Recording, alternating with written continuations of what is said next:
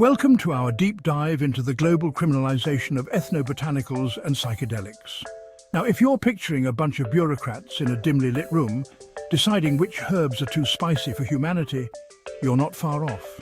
Today we'll explore how these substances, often with centuries of traditional use, were banned and shunned across different countries, and delve into the, shall we say, motivations behind these decisions.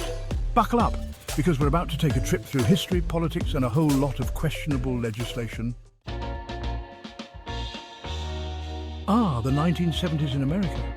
Platform shoes, disco fever, and a government absolutely convinced that magic mushrooms were a bigger threat than, well, Watergate. You see, the Controlled Substances Act of 1970 wasn't just Richard Nixon's attempt to win the war on drugs, which, spoiler alert, he didn't. It was a sweeping piece of legislation that lumped psychedelics with heroin and cocaine. Now, you might think this was based on, I don't know, science, evidence, overwhelming proof of harm. Oh, how I wish that were the case. Because the truth is, the demonization of psychedelics in the US was a cocktail of political maneuvering and good old-fashioned fear-mongering. You see, psychedelics became associated with the counterculture movement, those pesky hippies protesting the Vietnam War and, God forbid, growing their hair long. Nixon, bless his paranoid little heart, saw these substances as a threat to good old-fashioned American values. And what's a better way to silence dissent than by outlawing the things that might make people question authority? But it wasn't just Nixon. The pharmaceutical industry, sensing a threat to their bottom line, also played a role in this narrative.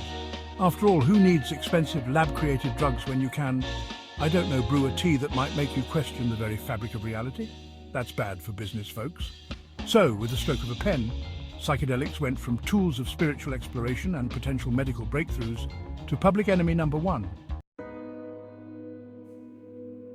This is going to blow your mind. The UK's Misuse of Drugs Act, 1971, classified ethnobotanicals used for centuries in traditional medicine as Class A drugs. Just 1 year after the US decided to wage war on tie-dye and good vibes, the UK passed its own Misuse of Drugs Act in 1971. And guess what? They basically copied the American homework. Ethnobotanicals, those plant-based substances used for centuries in traditional medicine and spiritual practices, were categorized as Class A drugs, the most dangerous category according to the UK government. This meant that possessing, using, or even about these substances could land you in more trouble than a pigeon in a game of darts. Now, you might be wondering, why would the UK follow America's lead on this? Well, for starters, there was this whole global trend thing happening. The US, being the influential superpower that it is, had basically convinced the world that psychedelics were the devil's tic-tacs. And let's be honest, no one wants to be the country that says, actually, magic mushrooms aren't that bad. That's like bringing a lentil salad to a sausage fest. You're just not going to be popular. Stay tuned for more surprising revelations in the next chapters. You won't believe what's coming next. Canada, land of maple syrup, politeness, and a surprisingly strict drug policy. You see, in 1996, Canada decided to get in on the action with its Controlled Drugs and Substances Act. Now, this wasn't just a case of Canada trying to keep up with the Joneses, although, let's be honest, there's always a bit of that going on. The war on drugs, that glorious American export, had cast a long shadow over the Great White North, and like a polite guest at a party they didn't really want to be at, Canada felt obligated to go along with it. But here's the thing about Canada, they're not completely unreasonable. While the Controlled Drugs and Substances Act maintained the prohibition on psychedelics, it also left the door open for, wait for it, scientific research? Yes. In a shocking turn of events that would make a moose do a double take, Canada acknowledged that maybe, just maybe, there was something worth studying about these substances. And in recent years, there has been growing momentum toward decriminalization, particularly for medical purposes.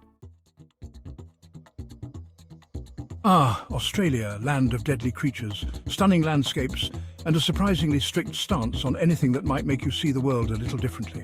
In 1995, they passed the Criminal Code Act, which basically said, look, we've got enough things that can kill you here. We don't need to add magic mushrooms to the list. Okay, maybe that's not a direct quote, but the sentiment is there. They classified psychedelics as Schedule 9 prohibited substances, which is basically Aussie for "don't even think about it, mate." Now, you might be thinking, but Australia seems like a pretty chill place. Surely they're not that uptight about a little mind expansion. Well, here's the thing. Australia has a bit of a history of following the UK's lead when it comes to drug policy. And let's be honest, the UK hasn't exactly been a beacon of progressive drug reform. However, much like that one friend who finally ditches their boring partner for someone more exciting, there's a growing movement in Australia to reconsider these bans. Chapter 5. The UN Global Peer Pressure at its finest. Now let's talk about the United Nations. You know, that organization that's supposed to promote international cooperation and all that jazz? Well, when it comes to drug policy, they've been more like that one friend who pressures you to do something stupid because everyone else is doing it. You see, the UN has these things called the Single Convention on Narcotic Drugs and the Convention on Psychotropic Substances. These international treaties basically dictate global drug policy, and they've played a major role in the worldwide prohibition of psychedelics. Now, the UN isn't entirely to blame here. They were working with the information they had at the time, which, let's be honest, wasn't great. But the problem is these conventions have made it incredibly difficult for countries to deviate from the established narrative, even when there's evidence to suggest that maybe, just maybe, we've got it all wrong. Chapter 6. Colonialism and Religion, a match made in, well, not a fun place. Now let's take a trip back in time, shall we? Before the war on drugs, before the Controlled Substances Act, before anyone even thought to put a plant in a little baggie and sell it for a profit. For centuries, indigenous cultures around the world used ethnobotanicals and psychedelics in their spiritual and medicinal practices. These substances were an integral part of their traditions, their connection to nature, and their understanding of the world. Then, colonialism happened. European powers, with their insatiable thirst for land and resources, swept across the globe, bringing with them their own beliefs and a healthy dose of our way or the highway. Traditional practices involving psychedelics were often demonized as pagan, barbaric, or just plain weird. And who better to enforce these new rules than religious missionaries, eager to save souls and eradicate anything that didn't fit into their worldview? Chapter 7. Big Pharma, the other drug lords. Now, let's talk about the elephant in the room, or should I say, the pharmaceutical company in the boardroom. Because when it comes to the criminalization of psychedelics, Big Pharma has played a starring role. You see, these companies make a lot of money selling us drugs. And I'm not talking about the fun kind. I'm talking about the kind that treat everything from headaches to heart disease.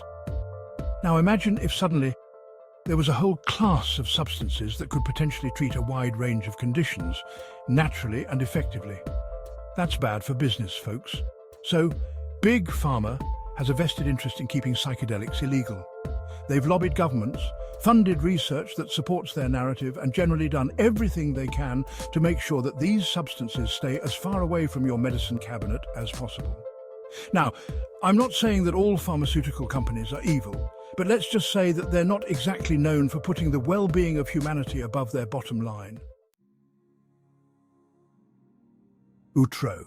A brighter future, fingers crossed. As we can see, the criminalization of ethnobotanicals and psychedelics is a complex issue influenced by various factors.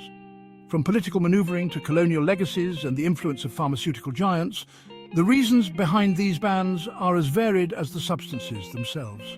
However, with growing research and changing perspectives, there is hope for a future where these substances can be used responsibly for their healing potential. Thank you for watching, and don't forget to like, share and subscribe for more insightful content.